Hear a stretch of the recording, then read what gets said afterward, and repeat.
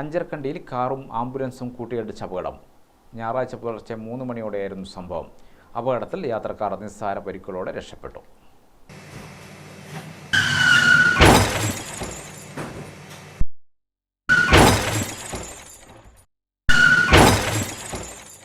ചക്കരക്കൽ റോഡിൽ നിന്നും വരികയായിരുന്ന കാറും ചാലോട് റോഡിൽ നിന്നും വരികയായിരുന്ന ആംബുലൻസുമാണ് കൂട്ടിയിടിച്ചത്. ഈ മേഖലയിൽ അപകടം പതിവായിരിക്കുകയാണെന്ന് നാട്ടുകാർ പറയുന്നു. കഴിഞ്ഞ ദിവസം ഇതേ സ്ഥലത്ത് 2 അപകടമാണ് ഉണ്ടായത്.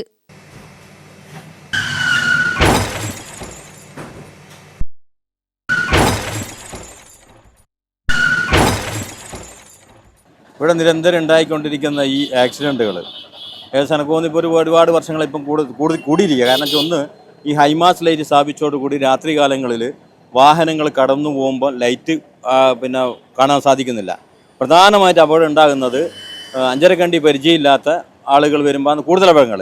മിനിഞ്ഞാന്നുണ്ടായ ചെറിയ 2 കുട്ടികളെ അപകടം ഉണ്ടായെന്ന് വെച്ചാൽ അത് ഇവിടെയുള്ള കുട്ടികളാണ്, അവർ പോലും ശ്രദ്ധിക്കപ്പെടുന്നില്ല. അപ്പോൾ നമ്മൾ ഇതുമായിട്ട് ബന്ധപ്പെട്ട് വ്യാപാരി വ്യവസായിക്ക് ഒരുപാട് പ്രയാസങ്ങളാണ് ഞങ്ങൾ മുമ്പിലാണ് ഇതെപ്പോൾ സംഭവിക്കുന്നത്.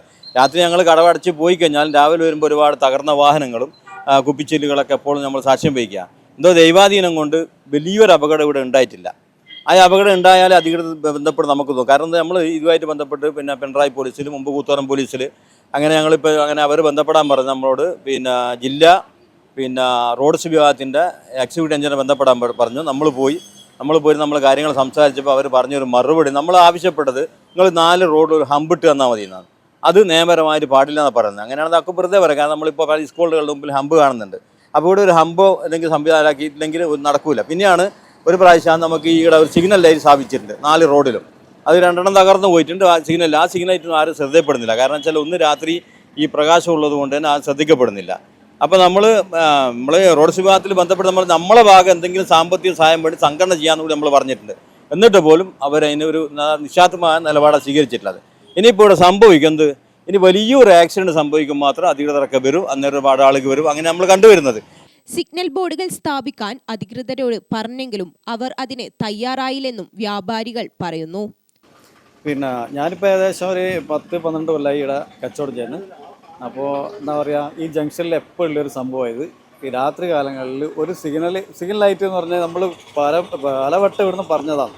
നമ്മളെ ഗ്രൂപ്പിലായാലും വ്യാപാരിൻ്റെ ഗ്രൂപ്പിലായാലും എന്തായി കഴിഞ്ഞാൽ നമ്മൾ സ്ഥിരം ഇവിടുന്ന് ചർച്ച ചെയ്യുന്ന സംഭവമാണ്. പോലീസുകാരായിട്ട് ചർച്ചയുണ്ട്, നമ്മളെ പഞ്ചായത്തായിട്ട് ചർച്ചയുണ്ട്.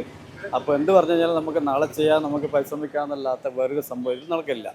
പിന്നെയെന്ന് പറഞ്ഞു കഴിഞ്ഞാൽ ഞാനിവിടെ വന്നതിന് ശേഷം കാണുന്ന സ്ഥിരം പരിപാടി ഇത്. എപ്പോൾ നോക്കിക്കഴിഞ്ഞാൽ ഏതോ ഒരാളെ വാട്സപ്പിലും ഗ്രൂപ്പിലും വീഡിയോ ആയിട്ട് ഉണ്ടാവും. എപ്പോൾ ഒരു വീഡിയോ ഉണ്ടാവും. ഒന്നെങ്കിൽ ബസ് അടിച്ചത്, അല്ലെങ്കിൽ ലോറി അടിച്ചത്, അല്ലെങ്കിൽ ബൈക്ക് അടിച്ചത്. ഇത് ഞാനിവിടെ ഇരുന്നിട്ട് തന്നെ എത്ര ആളാണ് ഇവിടുന്ന് ബൈക്ക് അടിച്ചെല്ലാം വീണെടുത്തും അങ്ങനെ ഇങ്ങനെ എടുത്ത് കൊണ്ടുപോയിട്ടുണ്ട്. നമുക്ക് ഇതന്നെ പണി. നമ്മൾ ജംഗ്ഷനിൽ നോക്കി നിന്ന് കഴിഞ്ഞാൽ ഇതന്നെ സ്ഥിരമായിട്ടുള്ള പണി നമ്മൾ കാണണം. ഗ്രാമിക ന്യൂസ്, കൂത്തുപറമ്പ.